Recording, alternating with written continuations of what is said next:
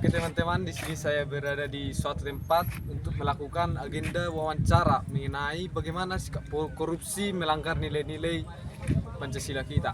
Tapi sebelumnya perkenalkan, saya Wijaya Tarhoran, saya dari Prodi Teknik Perkapalan dengan NIM 2501030041. Di sini saya akan melakukan wawancara terhadap masyarakat sekitar.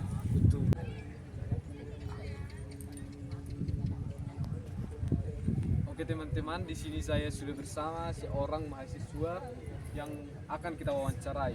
Sebelumnya izin Bang untuk melakukan wawancara tentang pelanggaran nilai-nilai Pancasila seperti tindakan korupsi.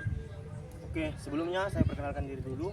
Perkenalkan, nama saya Ampirzal Leonardo Ninggolan dari Prodi Teknik Perkapalan dengan NIM 2401030004. Sebelumnya saya setuju dengan wawancara seperti ini agar menambah wawasan juga dan dapat menemukan solusinya tentang kasus korupsi yang di Indonesia ini. Oke Bang, untuk pertanyaan pertama, menurut Abang nih, bagaimana tindakan korupsi dikatakan melanggar nilai-nilai Pancasila sebagai dasar negara? Menurut saya pribadi, kasus pelanggaran yang terbesar itu terdapat pada Pancasila yang pertama dan kemudian tentang keadilan sosial. Di Pancasila terkandung keadilan sosial bagi seluruh rakyat Indonesia. Namun ada sebagian oknum yang menyempatkan kesempatan itu dan mengambil keuntungan pribadi dan tidak menerapkan apa itu kebutuhan yang Maha Esa dan keadilan sosial. Tadi Abang bilang untuk tindakan korupsi melanggar nilai-nilai Pancasila yang pertama ya Bang. Pertanyaan yang kedua Bang, bagaimana hubungan antara sila pertama, ketuhanan yang Maha Esa terhadap perilaku korupsi? Oke, sebagai makhluk sosial yang beragama, tentunya kita pasti tahu mana yang benar dan yang baik. Dan hampir setiap agama juga mengajarkan bahwasannya kasus korupsi itu melanggar atau mengambil hak orang lain itu melanggar aturan di agamanya masing-masing tersebut. Oleh sebab itu menurut saya kasus korupsi sangat-sangat terdampak jika dilakukan dan sangat-sangat melanggar Pancasila yang pertama, yaitu ketuhanan yang Maha Esa. Dan yang pastinya harus membutuhkan kejujuran.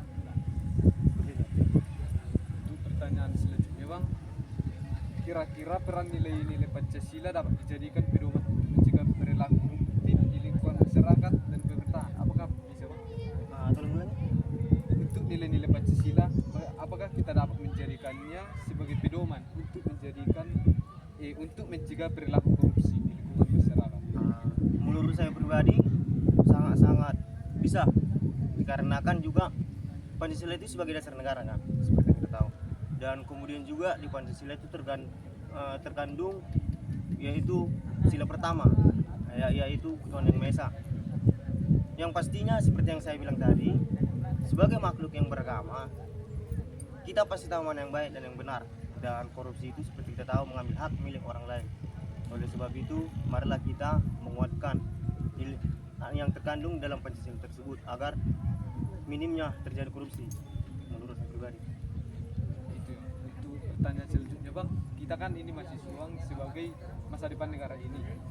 Kira-kira langkah apa yang dapat kita lakukan sebagai mahasiswa dalam meneladani nilai-nilai Pancasila untuk melawan korupsi? Oke, yang pertama dulu itu di lingkungan kampus. Banyak sekarang mahasiswa sudah melakukan korupsi sejak dia berada di kampus. Contoh, dia korupsi dengan waktu dan kemudian korupsi dengan berbagai hal. Itu termasuk korupsi, dan korupsi itu tidak ada yang kecil dan yang besar. Oleh sebab itu, kita sebagai mahasiswa harus menanamkan sejak dini kedisiplinan, kejujuran, dan ketaatan. Dikarenakan kitalah sebagai mahasiswa nanti yang akan menjadi calon-calon pemimpin ke depannya. Kalau tidak kita yang memutus rantai itu, siapa lagi? Oh iya Bang, tentunya sekarang ini di Indonesia masalah korupsi merupakan hal yang lumrah gitu ya Bang. Untuk saat ini sepertinya iya, tidak ada takutnya. Menurut Abang, kira-kira hukuman apa nih yang cocok untuk diberikan kepada yang melakukan korupsi? Hukuman yang cocok kalau untuk hak kemanusiaan itu harusnya penjara seumur hidup atau hukuman mati. Namun jika dibawa ke agama, kita tidak bisa menentukannya. Tapi menurut saya hukuman yang paling cocok itu yaitu dengan mengambil semua harta kekayaannya, kemudian masukkan ke penjara seumur hidup agar jerah dan tidak terulang lagi. Seperti itu ya. Terima kasih untuk jawabannya Bang. Sekian wawancara hari ini.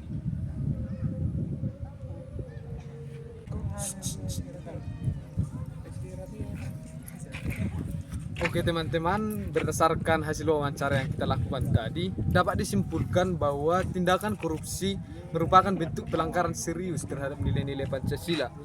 Korupsi tidak hanya melanggar hukum, tetapi juga mengingkari nilai-nilai moral, keadilan, dan juga kemanusiaan yang menjadi dasar kehidupan berbangsa dan bernegara. Sekian video hari ini, terima kasih.